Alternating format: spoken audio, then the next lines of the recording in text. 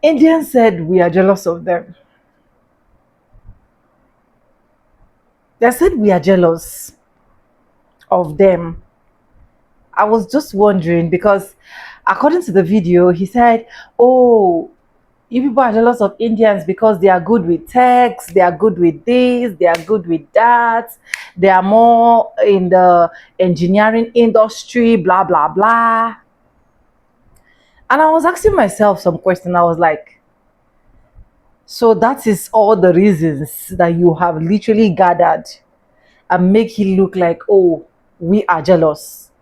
Why, in real sense, you people are literally the one that idolize white people. Why, in real sense, you people thought that proximity to whiteness is actually you being white. A lot of people have shared their ugly experience working with a lot of these Indian Americans, right? But anyways, I want you guys to watch because the moment he said that, we have two people that actually understood the area he was coming from and gave him fafo. But anyways, welcome back to the channel. My name is Sonia. Subscribe, like, comment, and share. And credit belongs to the original creators of every single clips and stitches we have in our today's episode. And guys, with that being said, I want you guys to watch these simple clips and let me know your honest opinion if what this person is saying is absolutely right. Disclaimers, this is just for educational purposes only. Let's get right into this video. I'll be back with commentaries. Yo, as an Indian guy, I'm actually confused. Why do people hate us? Is it because we dominate in tech, medicine, engineering, business? Is it because we came to America with nothing and now we're doing well for ourselves? Is it because we're family oriented and love to take care of our parents, grandparents? Is it because we have thick and healthy hair? Is it because you actually really like Indian food? Is it because we're ambitious and achieve anything we put our minds to? Is it because we treat any guest that enters our home like God? Is it because your go-to Starbucks order is the iced chai tea latte with a shot of espresso? Actually, you know what? You're onto something. I think I understand. Hi friends, I hadn't planned on making another video right now, but Indian people are coming for me in my comments. And, so I know I'm on the right track with what I'm saying. But what I want to talk about in this specific video is Indian people and anti-Black racism specifically. So whether this is within the country of India, or whether this is when Indian people immigrate to any part of the world, whether it be on the African continent, in North America, South America, wherever, Indian people have, and again, I'm not saying every single Indian person, but I'm talking about Indian people generally, our society, our culture, the belief systems that Indian people hold, etc. Indian people are extremely, extremely racist, especially towards Black people. And if you take a Black person who has been around Indian people for any period of time, Black people pick up on this. It's something that is, this is not a secret. Whether you're talking to, say African students who study in India, which there are African students who are there, or whether you're talking about, say, Kenyans. There's a large population of Kenya that are Indian people that have immigrated to that country, or South Africa, or Canada, or, the United States, whatever. But Black people pick up on Indian people's racism because it is quite apparent. It's something that that is there. It's obvious. So I'm just going to give you an example of me, my family, and the Indian people in South Africa. When I grew up there, I spent the first 12 years of my life under apartheid. So we had servants, maids, cooks, gardeners, etc. And all of these people were Africans. They were Black people. And all of the Indians in South Africa had servants, Okay, they were all black. Now, how were these servants treated? They were treated as subhuman. They were not considered to be human beings with feelings. They drank out of different cups. So Indian people would not share their table with the servants who were an integral part of their household. They took care of their children. They drove them everywhere. They cooked for them. But they had to eat off of separate dishes. They could not sit on the furniture. They, if, say, for example, when we left our home and we traveled, so we lived in Peter Maritzburg, we traveled to Durban on the weekends, holidays, whatever. Our maid would come with us. She was not allowed to sleep on or sit on our furniture or sleep on our furniture, so she had to sleep on the floor. These are things that all Indian people did in South Africa. And now I'm just talking about South Africa. I'm not talking about, say, when Indian people immigrate to other countries. But this is true even in first generation Indians. Because, say, if an Indian person had to marry a black person, 9 times out of 10, that Indian person's family is going to completely disown the Indian person who married a black person. Now, Indian people generally, they want Indian people to marry within their, they want Indian people to marry other Indian people, and then they even go into like, well, they want, the same caste, and they even have subcastes and all of this stuff. So, but if an Indian person marries a white person or say an Asian person, it's not considered to be as heinous of an act as if an Indian person married a black person. So this can be tied to the caste system because, like I mentioned in my previous video, Indian people are racist towards other Indian people. And some of this is based on skin color. It's not entirely based on skin color, but there is a factor that is, that is apparent in that. So Ava DuVernay made a movie called Origin, and it's based on Isabel Wilkerson's book Caste, which somebody just pointed out. And it's very difficult for me to talk about these very heavy topics in 10 minutes. So I can't cover everything, but Indian people are inherently racist as a culture and as a society. And then within that racism, there is a hierarchy. So yes, while an Indian society might be racist towards Western people, Western culture, white people, etc. Just like Vivek Ramaswamy making that comment about how, he made all these disparaging comments about, Americans. And he was talking about white Americans, how they're not as smart and blah, blah, blah. These are not uncommon things that Indian people say within themselves.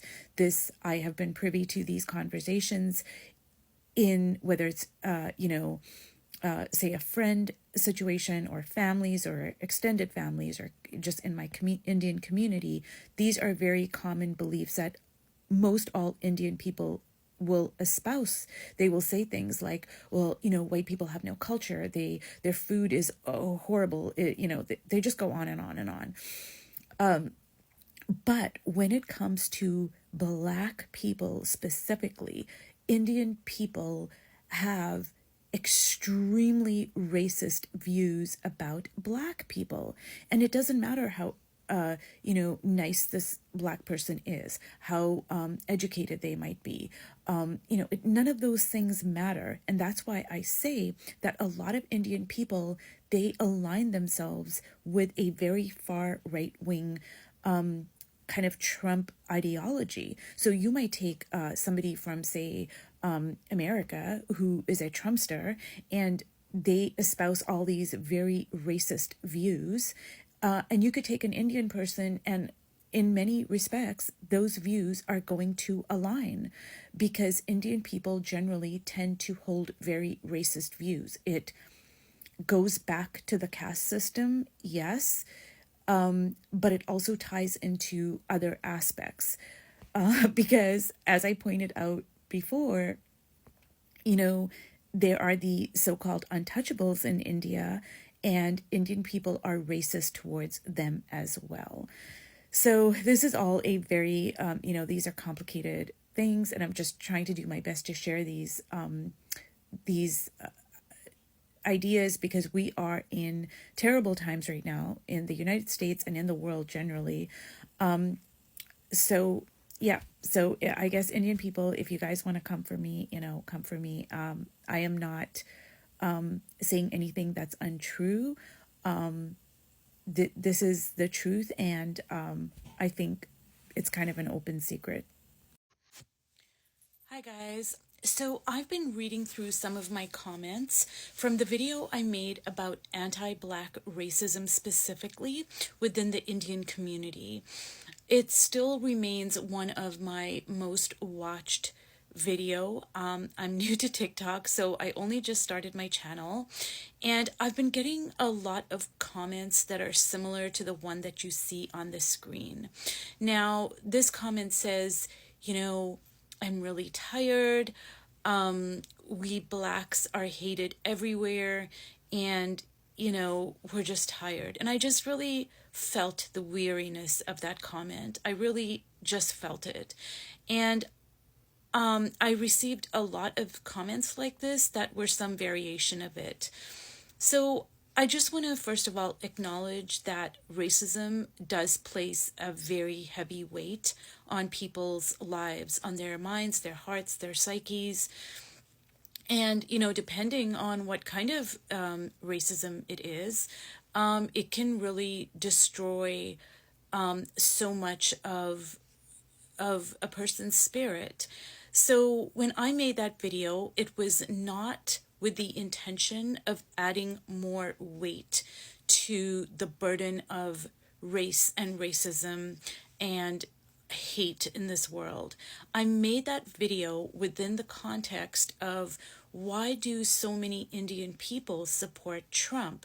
And my opinion, from what I know, from what I have lived, from what I have experienced, from what I've read, is the conclusion I came to is that a lot of Indian people support Trump because they align with right-wing ideologies. So Hindu fascism is a thing. I don't know how far it goes back, but there's a lot of documentation about it. And just take, for example, the caste system, which goes back 2,000 years. Well, it is no leap now to say, yeah, I can see that Indian people are racist. I can see that they are sexist. I can see that, there's a hierarchy, and this hierarchy is very rigid. So let me just say that, in terms of the right-wing ideologies, Indian women get treated really badly as well. And Indian people also treat their own people really badly based on numerous factors, based on skin color, based on caste, based on, religion. There's a lot of animosity and hatred from the Hindus to the Muslims, and then vice versa. It's a really class-based system, which is, the caste system is class, but it's also so much more. Now, I've also been asked, hey, can you tell us what exactly Indian people, what do they say? What kinds of things do they say? Can you be more specific? And I got a few of those comments as well. Now, I'm not going to get into the nuts and bolts of it because I honestly don't think that would be contributing anything positive to the dialogue.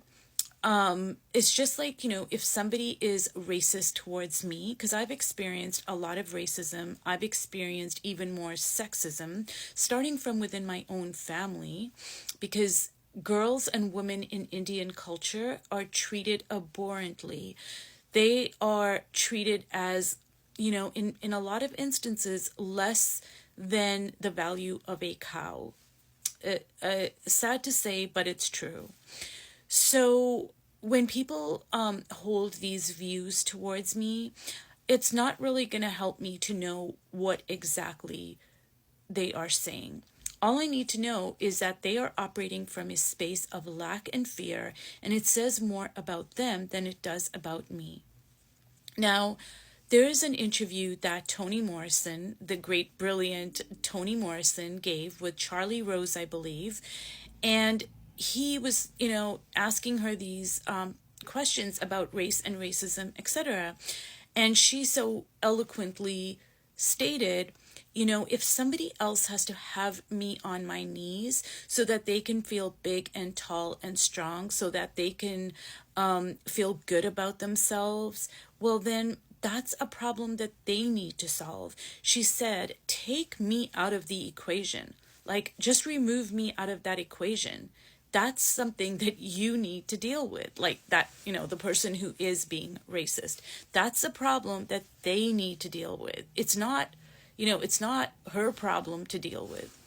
And that stayed with me. And I do think that that is true. Now, for me personally, I have experienced more sexism and misogyny than I have racism, although I have experienced both.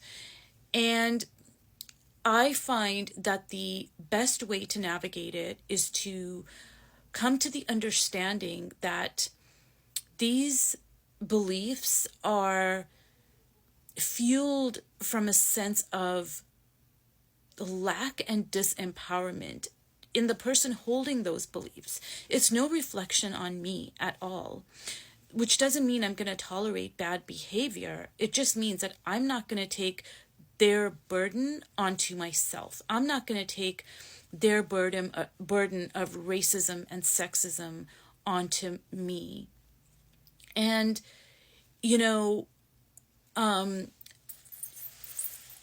when we talk about Indians adhering to right-wing ideologies, I'm going to talk about my grandmother, my maternal grandmother, for 1 second here.